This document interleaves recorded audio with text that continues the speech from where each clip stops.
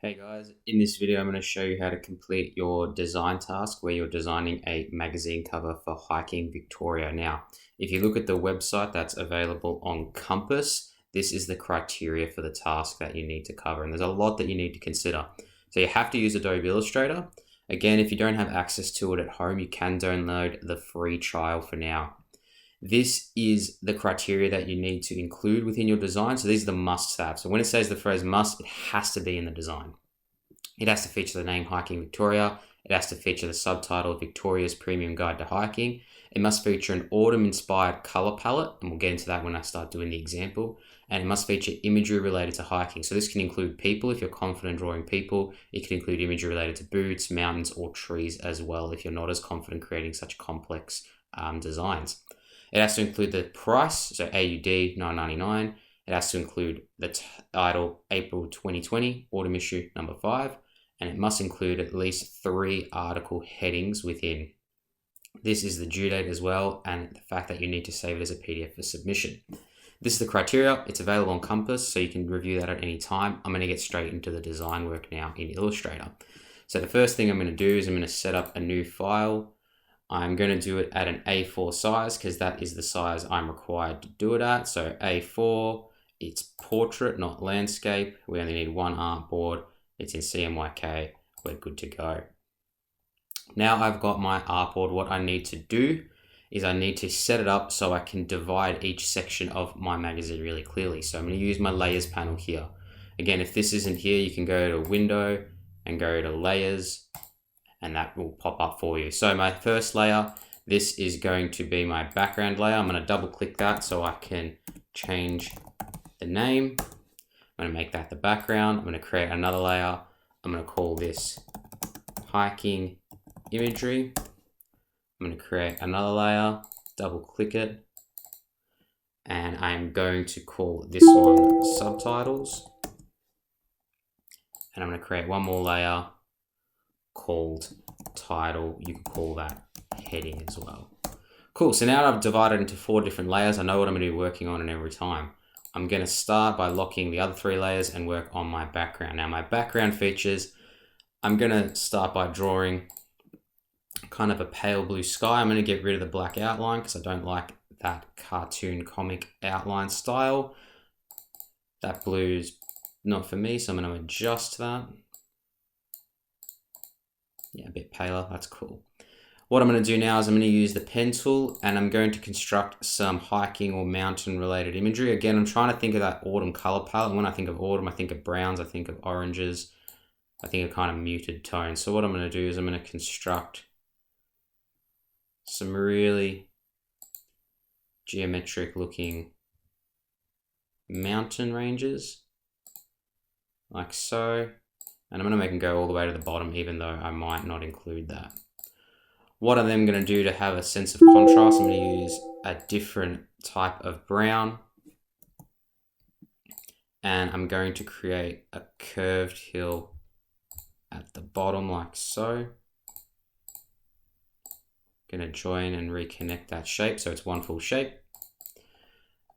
We can see that I'm using kind of an autumn color palette. Again, I can always use the selection tool, so that black arrow to select a shape and change the tone to either be a little bit more pastel or a little bit bolder. So this is kind of my background imagery that I'm working on. I might think about, just to create a more interesting sky, I might draw a cloud like so. And again, you could draw it in a really realistic style, having a reference image at your disposal, but I'm just going to freehand it. It's going to look a little bit cartoony, but that's okay. This is the style that I'm going for. Again, always joining back up to reform that shape. So I've got a cloud. I might lower it. I might resize it a little bit. I might even copy and paste that. Might flip it. Put it here. Right now it's in front of my mountain, but if I click arrange, I can send it backward. If I click arrange again, I can send it backward. I keep doing that until it's behind that mountain. So you can see I've got a bit of a background, I've got a bit of a scenery being set up. What I want to do though is I want to make it really autumn related. So I'm going to use kind of a burgundy, almost burnt red to create some trees in the background. And I might just draw one like so. Again, going for that kind of quick cartoony style. That's the style I want to go for. You guys might do something a bit more realistic, a little bit more engaging, a little bit more pointed, but that is up to you. So I'm going to construct just one shape like so. That is roughly my treetop. As you can see, it's quite large, so I might resize that to be a bit smaller because it's in the distance. And I can then start copying and pasting them like so they can start to formulate a bit of a forest looking effect. And you might overlap them, you might overlay them, it's up to you. Now what I've done is I've copied and pasted one at a time. What you could then do once you've got a bunch like this is you can select a whole group of them by holding Shift when you select, and you can click and drag and resize them as you see fit. So I might make these ones a bit smaller. I might click a few more of these, resize them, drag some more through, and I might resize every other design just to create a sense of proportion, and distort the scale a little bit. So what I've got in the background now, I've got kind of trees formulating. Because they're all the same color, what I could do at random, I could select a bunch that aren't near each other, like so, and I could change the shade of those shapes to be darker. I could then do the same with a bunch of other trees that aren't near each other, change their shade to be maybe more red. And as you can see, it's starting to create a really nice sense of pattern within this little corner. What you could then do is you could then select them at random, and you could start overlaying them on each other, creating a really interesting effect. But that's up to you. So I'm just going to leave that there for now, like so. One more thing I might do on this hill here, I might draw a path, and I'm going to use a lighter sense of brown so the path actually stands out. I'm going to draw a path along this hill, like so. Again, it's not a perfect path because when we try and think of hiking trails around Victoria, they're not always perfectly straight. You can see that brown's actually not standing out that much, so I'm going to make it a lot lighter. Great. Awesome. That is my background layer, guys. I might come back to that and revisit it later, but for now I'm going to move on. So I'm going to lock the background layer and I'm going to go onto my hiking imagery. For my hiking imagery, I want to draw a hiker, but I'm not super confident on how to go about doing it. So what I'm going to do is I'm going to make it a silhouette instead. So I'm going to roughly draw a stick figure first, like so, walking, or what I think walking would look like. And from there, I'm going to convert that into an actual person. So I'm going to form their position as if they were walking, like so. Might even do the classic hiking thing and put a hiking stick in their hand. And using the circle tool, I'm going to give them just a really rough looking head. Cool. So what I've done is I've created an outline for where my hiker can go.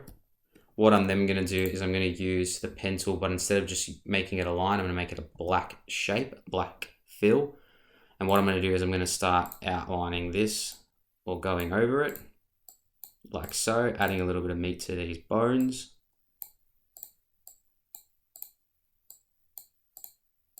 And as you can see right now, it's not looking too much like a person, but as I gradually work through it,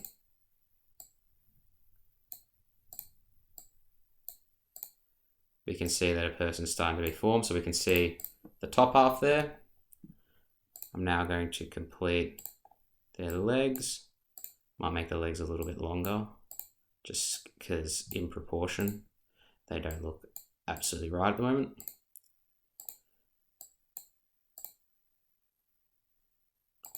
Might even convert those a little so they look more bent.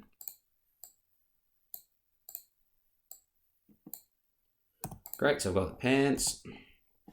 And then for their head, I don't want to use a circle, so I might delete that for myself.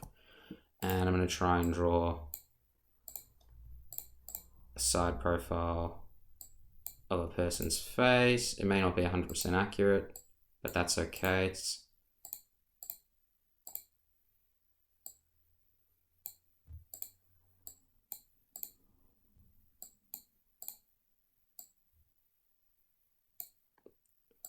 Great, got their head. I might resize that a bit, make it a little bit larger, place it around here. And then I might use the pen tool so they have an actual neck, so it connects to their body. What I then might do is I might add a hat onto them, which could be a nice feature. It's sun smart. We want to be appropriate when we're hiking. And then I'm going to add almost a fist-like looking like object. Doesn't have to be perfect. You might go back and add the knuckles individually, but that's up to you. And then finally, instead of redrawing the stick, I'm just going to select it with the selection tool. I'm just going to up the stroke like so. I might even drag it out a little bit.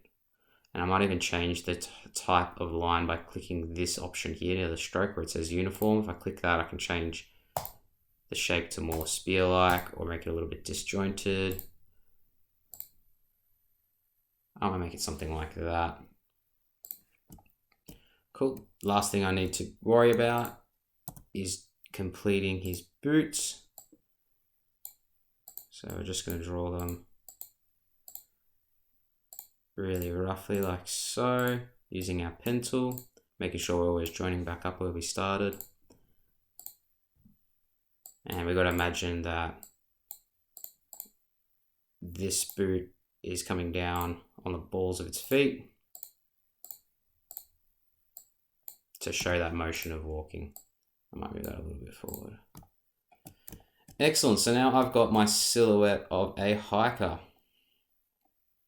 And the good thing about it being on its own layer is I can actually select all of it, like so, and resize this hiker as I see fit in case I want to make him larger, more of a focal point, or if by chance I want to actually make him smaller to really show the grand scale of these mountains. I think I like my original size, so I'm going to keep him about that size there. I think he's in a pretty decent position. What I'm then going to do now, I'm going to lock that layer and I'm going to work on my subtitles.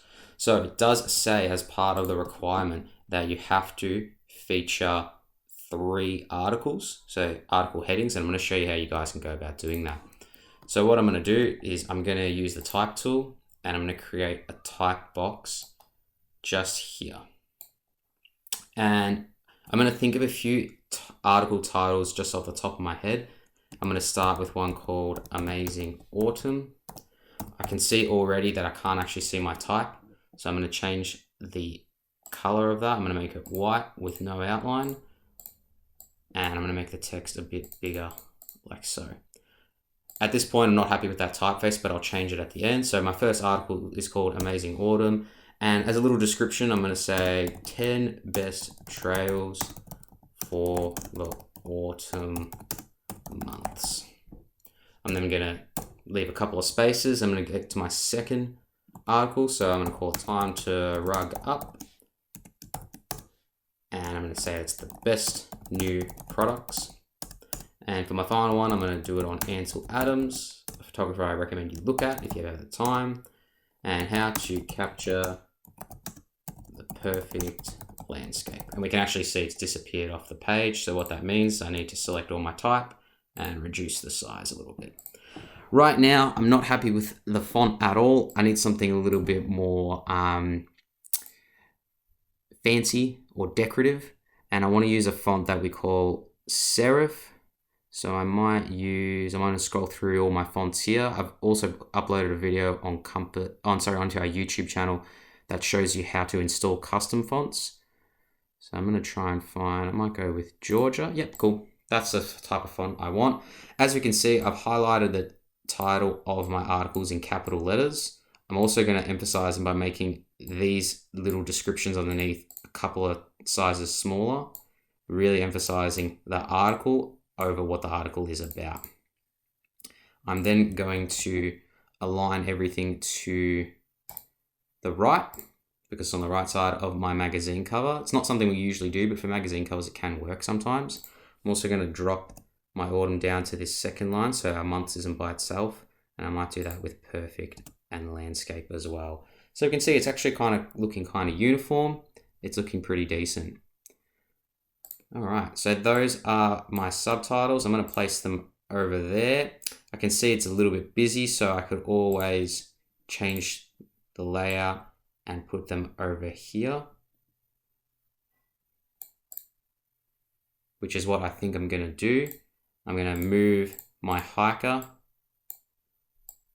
to more center, like so.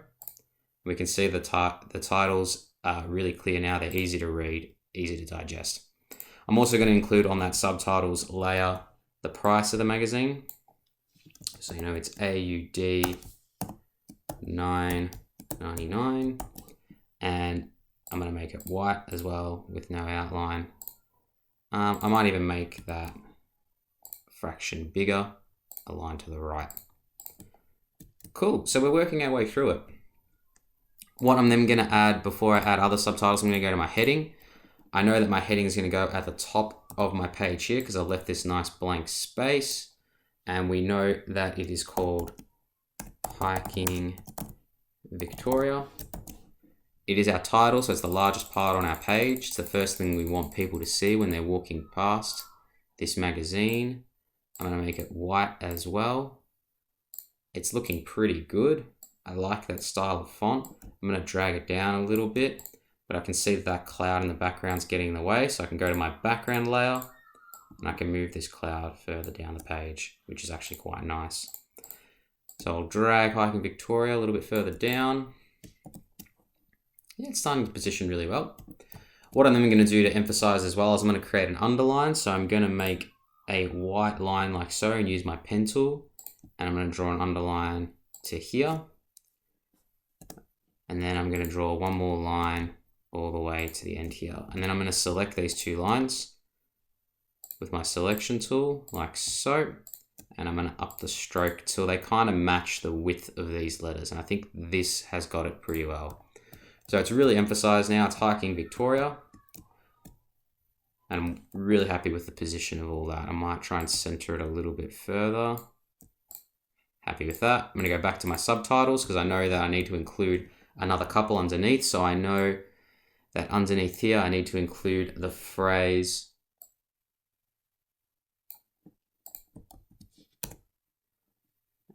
what is the phrase? It is Victoria's Premium Guide to Hiking. I can see my text is too big, so I'm going to reduce the size. I'm going to align it to the left. Again, I want the title to be the focus, so I'm going to make this important in size, but not as large as that text. So we can see the way it's positioned. People can read that, see it as important, but not as vital as our title. I then have one more piece of written information I need to include. So I'm going to include the article issue. So it's April 2020, autumn issue, number 5. Again, I'm going to reduce that size even more so because it's not as important as either of these informations. It's just for people to clarify what issue it is. The spacing I think is pretty good between this, and this. And I like the fact that it's aligned on the left. And we can see we've got a color really coming in together really nicely. There are a few things I could go back and add.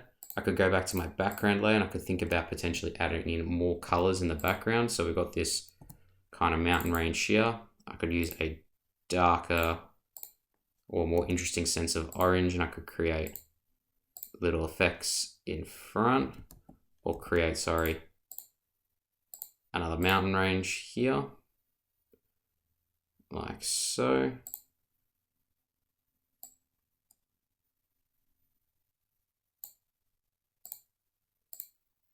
And using the arrange feature, I can send it behind those trees. Yeah, start to add some color and depth into my design. I could go back and I could add little tufts of grass down the bottom here. So I could draw a symbol or representation of grass, sorry.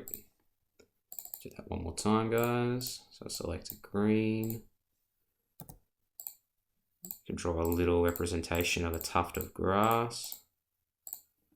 And then I could simply copy and paste that, rotate it, resize it as I see fit.